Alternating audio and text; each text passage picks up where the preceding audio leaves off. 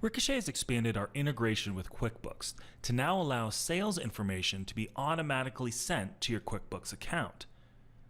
There are a few things to keep in mind. One, you will need to use the online version of QuickBooks.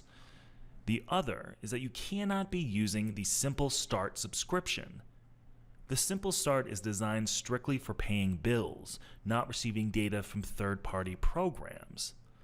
Also, this feature is only going to be available to United States users.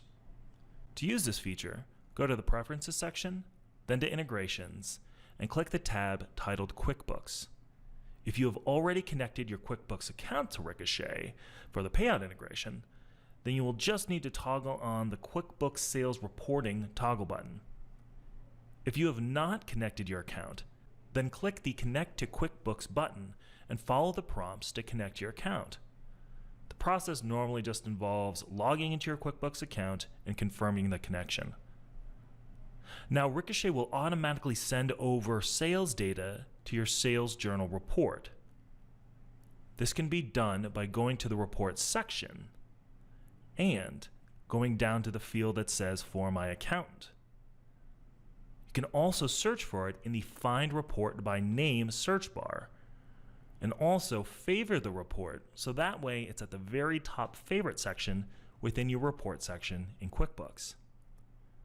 Each day there will be 2 entries.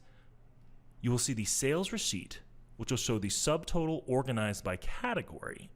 And in case you're not using categories with Ricochet, it's just going to be the subtotal titled Uncategorized. The other option will be the sales journal, which will show you each sales tax and tender type used. The one thing to note here is that we will show all credit card sales in QuickBooks, but it isn't going to separate them between web and in-store. That information would be available within Ricochet.